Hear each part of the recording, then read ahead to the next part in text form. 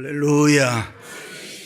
빌 클린턴 대통령 행정부에서 최초로 여성 국무장관을 지낸 매들린 울브라이트가 결혼생활 23년째 되었을 때에 남편으로부터 디보스하자고 헤어지자는 통보를 받습니다. 나는 당신보다 더 젊고 예쁜 여자를 사랑하고 있어. 그렇게 말한 남편은 짐을 싸서 떠났다고 합니다. 23년을 함께 살았던 남편이 갑자기 떠났을 때 그 빈 공간을 채우기가 쉽지 않았다. 그 충격은 오래도록 이 착하고 듬직한 여성을 바보로 만들었다고 합니다. 그러던 어느 날 한 친구로부터 매들린, 당신은 모든 것을 다 가졌잖아요. 그 비결이 뭡니까? 멍하니 졸다가 찬물을 뒤집어 쓴 기분이었다.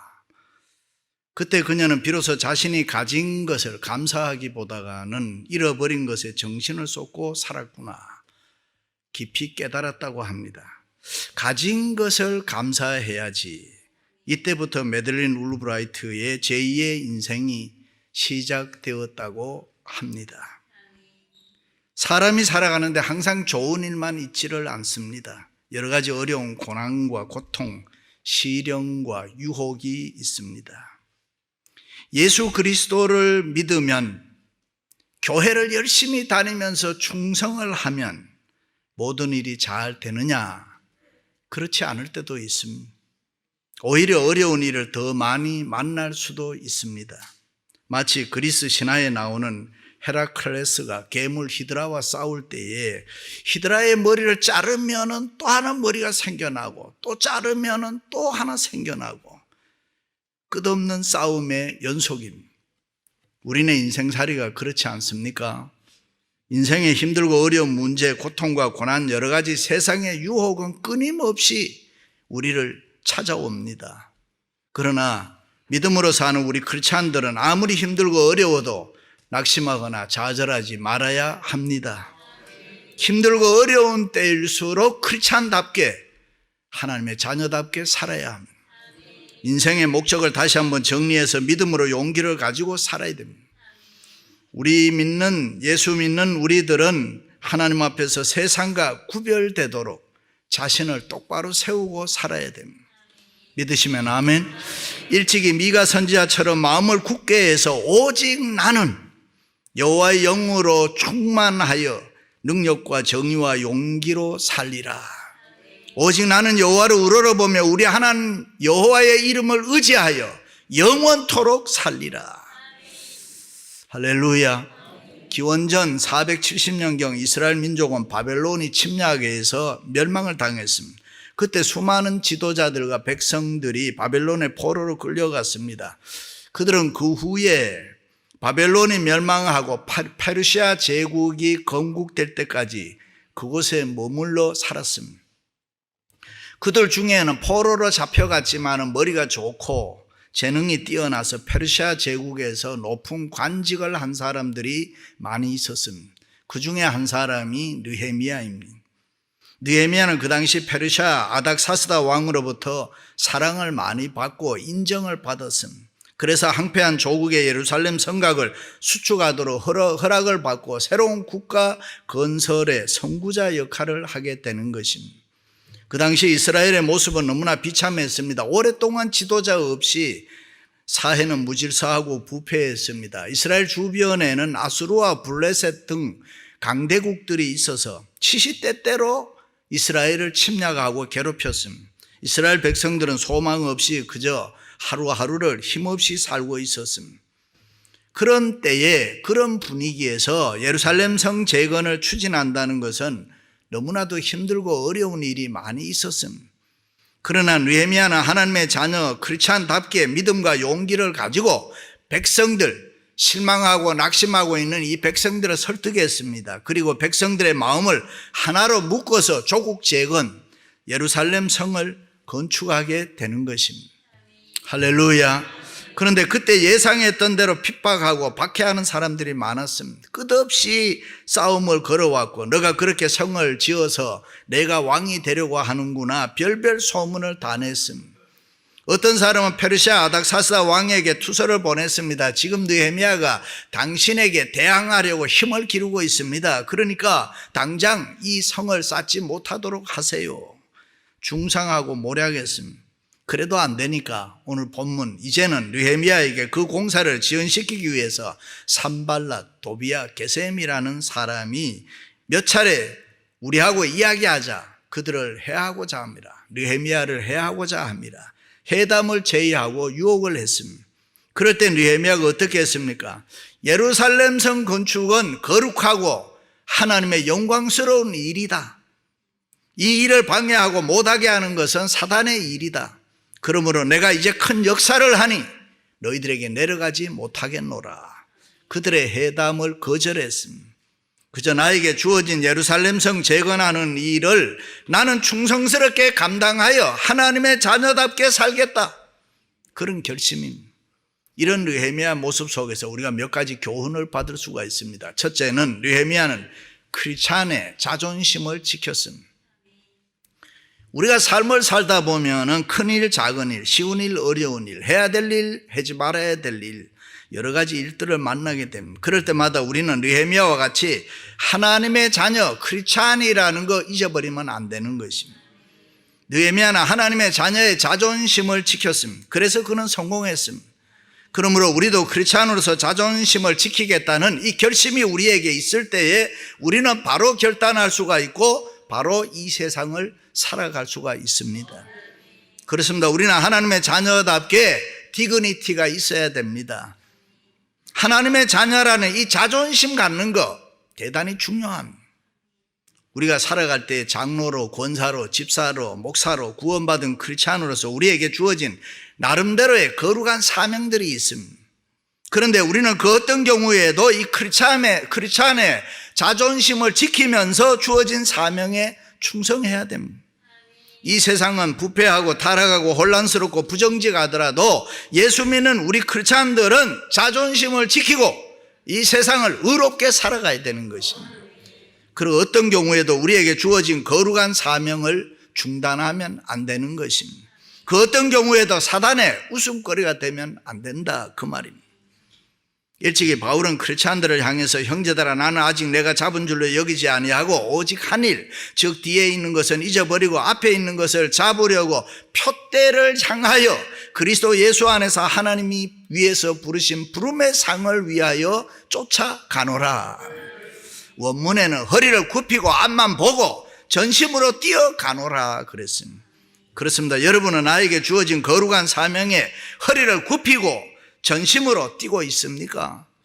행여라도 이 사람 저 사람 눈치 보다가 자존심 망가지고 힘들어하며 중단하지는 않았습니까? Anyway, 우리는 하나님의 자녀답게 이 자존심 지키면서 살아야 됩니다. 크리스찬답게 하나님이 주신 거룩한 사명을 붙잡고 전심전력하여 충성해야 되는 것입니다. 그래야 우리 인생이 달라지고 복된 인생이 되는 줄로 믿습니다. 할렐루야. 세상에 살다 보면 마라의 쓴물은 이스라엘 백성들에게만 있었던 거 아닙니다. 현대 우리 인생 순례길에도 마라의 쓴물은 얼마든지 있습니다. 그런데 중요한 것은 마라의 쓴물을 만날 때에 하나님의 자녀답게 자존심을 지키고 이 쓴물이 단물로 변화될 수 있다는 믿음과 소망 가지고 살아야 됩니다. 그렇습니다. 우리는 하나님의 자녀답게 크리스찬의 자존심을 지키면서 사는 것 중요합니다. 구원받은 하나님의 자녀로서 하나님 바라보며 하나님을 믿는 믿음으로 자존심 지키고 이 세상 바로 살아가야 됩니다. 성도의 자존심은 하나님의 자존심이기 때문에 그렇습니다. 믿으시면 아멘. 몽골 사람들은 평균 시력이 눈이 2.9라고 하잖아요. 좋은 사람은 7.0이 나온다 그래요. 아주 대단한 거예요. 왜 그럴까? 그 사람들이 무슨 네온 사인이 있습니까? 그렇다고 책을 많이 봅니까? 딱 하나, 몽골은 어디를 가나 평원 지역이라 고개만 돌리면 언제나 지평선 바라본다. 늘 지평선을 바라보면서 시력 강화 운동을 하니까 그 눈이 그렇게 좋아졌다. 그렇습니다. 우리도 크리스찬답게 자존심을 지키며 주님 바라보며 경건하게 이 세상 살아가야 됩니다. 그래야 우리의 영적 눈이 밝아지는 것입니다. 우리에게 필요한 힘과 능력과 권세가 주어지는 것입니다. 내가 산을 향하여 눈을 들리라. 나의 도움이 어디서 올까? 나의 도움이 천지를 지으신 여호와에게서로다. 할렐루야. 우리를 도울 수 있는 분은 하나님밖에 없단 말이죠. 그러므로 하나님의 자녀는 늘 주님 바라봐야 돼요. 주님을 바라볼 때 내 인생의 해답이, 역사의 해답이 우리에게 있는 줄로 믿습니다. 그렇습니다. 하나님의 자녀는 자녀의 자존심이 있기에 세상 함부로 살 수 없습니다. 마음대로 재질 수도 없어요. 우리에게 주어진 사명 시시하게 여길 수도 없습니다. 그러므로 우리가 크리스찬의 자존심을 지키고 살면은 세상 어떤 싸움에도 승리할 수 있다. 세상에서는 너희가 환난을 당하나 담대하라. 내가 세상을 이기었노라. 할렐루야. 우리가 크리스찬답게 자존심을 지킬 때에 우리에게 자유함이 있어요. 생명력이 있습니다. 십자가의 능력이 있습니다. 하나님이 우리를 도와주심으로 모든 일에 합력하여 선을 이루게 될 줄로 믿습니다. 할렐루야. 두 번째, 느헤미야는 크리스찬의 신분에서 벗어나지 않았습니다. 지금 느헤미야가 고생을 많이 하면서 예루살렘 성을 재건하지만은 그것은 너무나 영광스러운 거룩한 일이었다. 그것은 민족을 구출하고 국가를 새롭게 재건하는 일입니다. 예루살렘 성 재건은 민족 장래를 약속해 주는 것이기 때문에 그것은 인생에 있어서 가치 있는 일이고 위대한 일이다. 그러나 그 일은 너무나 힘들고 어려운 일이었습니다. 방해꾼도 많고 유혹도 많고 핍박도 많고 수많은 어려움이 있었다. 그럼에도 불구하고 느헤미야는 크리스찬답게 이 하나님의 신분에서, 하나님의 자녀의 신분에서 벗어나지 않았다. 그렇습니다. 오늘 우리들에게도 나만이 아는 십자가, 내게만 있는 고통, 내게만 있는 고난, 어려움이 있습니다. 그러나 어떤 일이 있어도 이 하나님의 자녀의 신분에서 벗어나지 말아야 됩니다. 주어진 사명이 힘들다고 도망가서도 안 되는 것이고, 이왕이면 그것이 영광스러운 하나님의 뜻이 있는 일이라면은 하나님의 자녀답게 열심히 해내서 승리하는 것입니다. 교회를 위해 봉사할 때도 쉬운 길 가지 말고 어렵고 힘든 길 가는 겁니다. 좁은 길 가는 겁니다. 십자가 지는 것입니다. 힘든 일은 내가 하는 거예요. 그것이 십자가 지는 거예요. 절간 밑에서 깡패들이 와서 싸움을 하니까 시끄러우니까 큰 스님이 나와서 얘들아 누가 내려가서 쫓고 와라. 작은 스님들이 서로 쳐다보면서 누가 가나 근데 제일 막내 스님이 예, 제가 십자가 지겠습니다.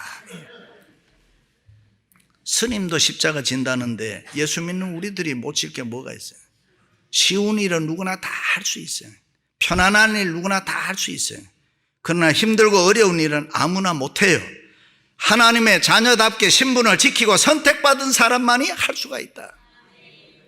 믿습니까? 결혼 생활이라는 게 항상 장미꽃만 피우는 게 아니잖아요. 피천득씨가 이야기한 대로 기저귀도 있고 설거지도 있다. 같이 살아보면 힘든 게 많아요. 그런데 우리 하나 꼭 기억하는, 우린 크리스찬입니다. 크리스찬답게 신분에서 벗어나지 않도록 잘 참아야 돼요. 그래야 주님의 뜻이 이루어집니다. 제가 10수년 전에 어떤 자동차를 타고 갔는데 어떤 자동차가 갑자기 확 내 앞으로 쫓아 들어와 가지고 너무 놀랐어요. 뭐 이런 사람이 있나, 어떻게 생긴 사람인가 한번 가보자 그래서 제가 앞으로 싹 달려가지고 옆에를 쳐다봤는데 이거 어떻게 해요? 우리 교인이에요. 순간 고개를 돌리고 식은 땀이 나오고 쫙 흐르고 얼마나 창피하고 부끄러운지, 내가 예수 믿는 사람인가, 내가 정말 크리스찬인가 고민 많이 했어요. 지금도 그때 생각하면 아찔함. 그 이후에 저는 자동차로 절대 시비하지 않습니다. 그렇습니다. 우리는 고귀하고 거룩한 하나님의 자녀들입니다. 참으로 참기 어려운 고통이 있어도 그거 피하지 말고 감당해야 됩니다. 십자가 지는 아픔이라고 해도 끝까지 하나님의 자녀의 신분에서 절대로 나는 벗어날 수 없다. 예수님께서도 부활의 영광을 누렸던 것은 십자가의 고통이 있었기 때문에, 십자가의 고난 고통은 너무나 힘들고 아팠습니다. 그러나 예수님께서 끝까지 참으시면서 테텔레스타이 다 이루었다. 마지막까지 그 고통이 하나님의 뜻이었기 때문에 하나님의 자녀의 신분에서 벗어나지 않았습니다. 그것이 승리요, 그것이 성공입니다. 할렐루야. 성공의 비결이란 책에 보면 자신의 소속을 남에게 보여주는 것이 성공의 지름길이다. 우리는 크리스찬이라는 것을 늘 자랑스럽게 생각해. 프라이드를 가져야 돼요. 자신이 속해 있는 기관에 대해서 해이를 느끼는 사람은 절대로 성공할 수가 없다. 행복할 수도 없다. 그렇습니다. 우리에게 중요한 것은 하나님의 자녀, 우리 교회, 가정, 직장, 내 소속이 분명해야 됩니다. 바울은 나는 하나님의 종이다. 나를 충성되이 여기셔서 하나님이 내게 직분 맡기셨다. 그래서 나는 감사함으로 감당한다. 소속을 분명하게 했습니다. 아무리 좋은 환경에서도 아무리 좋은 대우를 받아도 마음이 떠나 있으면 매사가 괴롭습니다. 힘이 들고 이탈하게 됩니다. 그러므로 우리는 하나님의 자녀답게 이 크리스찬이라는 신분에 대해서 늘 즐거워하고 늘 감사해야 되는 거예요. 하나님의 자녀인 우리들은 무엇이든지 할 수 있습니다. 전능하신 하나님 아버지가 계시기 때문에. 할렐루야. 천민이라고 과거 시험에 나가지 않으려는 젊은이에게 이성계가 이런 말을 했다 그래요. 처음엔 그냥 땅이다. 걸으면은 너가 길이 된다. 내가 걸어서 길을 내어라. 그렇습니다. 우리는 이 세상 살 때 하나님의 자녀의 신분을 지키고 늘 감사하면서 길을 내는 삶을 살아야 돼요. 할렐루야. 마지막으로 느헤미야는 크리스찬답게 세상과 타협하지 않았습니다. 느헤미야는 주어진 사명 예루살렘 성을 재건하면서 결코 나는 이 세상과 타협하지 않겠다. 세상과 타협하지 않는다는 말은 죄악과 타협하지 않는다는 말입니다. 느헤미야가 산발라, 도비야, 게셈 이런 사람들이 만나자고 할 때에 그들을 만나지 않는 것은 내가 하나님의 자녀답게 살고 싶어서 그들과 결코 타협할 수가 없다. 잠시 그들과 만나서 이야기 한번 한다고 해서 뭐가 달라지겠나 할지 모르지만은 느헤미야는 분명하게 알고 있었습니다. 죄라는 것, 유혹이라는 것은 이 세상의 것은 조금만 내가 양보해도 큰일 난다는 걸 알고 있었습니다. 그래서 단호하게 거절했습니다. 오늘 또 마귀는 주의 일, 교회 일을 하되 세상과 적당히 타협하라는 거예요. 너 그렇게 열심히 믿을 필요 없어. 적당히 믿으면 돼. 너 그렇게 너무 열심히 하지 마라. 그냥 적당히 하면 된다. 이게 무서운 유혹입니다. 사람이 한꺼번에 타락하는 거 아니잖아요. 조금씩 양보하다가 조금씩 타협하다가 세상적으로 타락하고 죄를 짓게 되는 거예요. 주일 예배 한번 빠져보세요. 너무 괴롭고 힘듭니다. 그런데 한 달만 빠지면 느낌 없습니다. 11조 한번 떼먹어봐요. 힘들어요. 그런데 몇 번 안 해봐요. 거리낌 없습니다. 그러므로 성령 충만한 하나님의 자녀는 세상과 적당히 내가 세속되어 가는 자신을 보면은 깜짝 놀라야 되는 거예요. 내가 왜 이렇게 예수를 믿나? 예수님께서 광야에 시험 받을 때 사단이 와서 이랬으면 나에게 경배하라. 그러면 천하를 내게 주겠다. 그때 주님께서는 죄와 타협하고 세상과 타협하여서 천하를 얻은들 내게 무슨 소용이 있겠느냐? 단호하게 거절했습니다. 그렇습니다. 오늘날 이 세상 하나님의 뜻대로 살기가 너무 힘들어요. 세상의 유혹이 너무 많이 있어요. 그래서 이 세상과 더불어 죄와 적당히 타협하고 사는 게 예수 믿는 사람들에게도 보편화되어 있습니다. 양심이 마비돼 가고 있습니다. 화인 맞은 양심이 돼서 내가 이것이 옳은가 틀린가 분간도 잘 안 돼요. 그만큼 하나님의 자녀인 우리가 죄에 물들어져 있고 세상에 익숙해져 있는 것입니다. 요즘 하나님의 자녀들이 이 세상 사는 방법을 보면은 세상 사람들보다가 한술 더 뜨는 경우가 많아요. 세상 사람보다 더 세속화되어 있는 크리스찬들이 많습니다. 너무 안타까운 것입니다.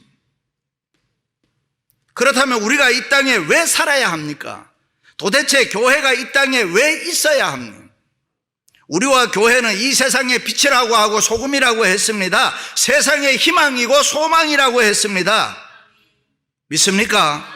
교회와 하나님의 자녀는 이 세상에 물들지 말고 내게 유불리를 떠나서 세상과 죄와 타협하면 안 되는 것입니다. 할렐루야. 김영삼 대통령이 미국 오면 주일날 나보고 예배 드려달라고 3번이나 얘기했는데 내가 한 번도 안 가서, 제 생각에는 장로님이면 교회와 예배 드려야 되는데 무슨 경호 얘기하고, 여러분 교회 예배 드리러 오다 죽으면 순교입니다 여러분. 그런데 거기 목사들이 자기 교회 버리고 예배들이 서로 가려고 야단이에요. 목사들 정신 차려야 됩니다.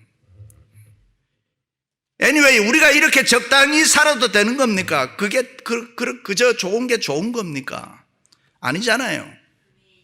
우리는 하나님의 자녀답게 크리스찬답게 살아야 됩니다. 이 세상 잘못과 부조리와 부패와 타락과 싸울 때는 싸우는 것이 아름다운 것입니다. 세상을 거부할 때는 거부하는 것이 멋있는 거예요. 때로는 돈과도 싸워야 되고 때로는 죄와 더불어도 싸워야 되고 양보 없이 피 터지게 싸워야 되는 거예요. 그래서 성경은 우리에게 십자가 군병이라 그래요. 어떤 아들이 아버지가 나이가 많아 변호사를 통해서 200 밀리언을 유산으로 남겨 얘기를 듣고 나서 평소에 자기가 예뻐하는 여자에게 가서 내게 이렇게 많은 돈이 이제 유산으로 오니까 결혼해 달라고 했습니다. 그랬더니 그러느냐고 아버지 명함 하나 달라고. 그래서 주었더니 뭐 얼마 뒤에 보니까 아버지의 와이프가 스텝마들이 돼 있더라는 거예요. 돈이 이렇게 무섭다니까. 엘리자베스 테일러는 결혼을 8번 했어요. 그 여자가 없는 데서는 무슨 여자가 결혼을 8번이나 하나. 그렇게 욕하다가도 그 여자를 만나서 그 여자가 눈 몇 번 껌뻑거리면은 간자에 다 녹아내려뿐다 이래요. 그래서 베드로는 근신하라 깨어라 너희 대적마귀가 우는 사자같이 삼킬 자를 두루 찾나니. 믿음으로 사는 하나님의 자녀들은 크리스찬답게 정신 차리고 살아야 돼요. 아무리 힘들고 어려워도 크리스찬답게 성경적으로 신앙적으로 살아야 돼요. 믿으시면 아멘. 느헤미야는 적당히 세상과 타협에 사는 거 몰랐을까요? 그러나 느헤미야는 크리스찬답게 결코 세상과 타협할 수 없다고 거절했습니다. 우리도 하나님의 자녀답게 세상과 타협하지 말아야 됩니다. 우리도 비겁하게 이 세상 살면 안 되는 것입니다. 왜냐하면 하나님의 자녀들이기 때문에. 사랑하는 성도 여러분, 느헤미야처럼 하나님의 자녀답게 자존심을 지키고 자녀의 신분에서 벗어나지 말고 세상과 타협하지 말고 크리스찬답게 살아가시기를 주님의 이름으로 축원합니다.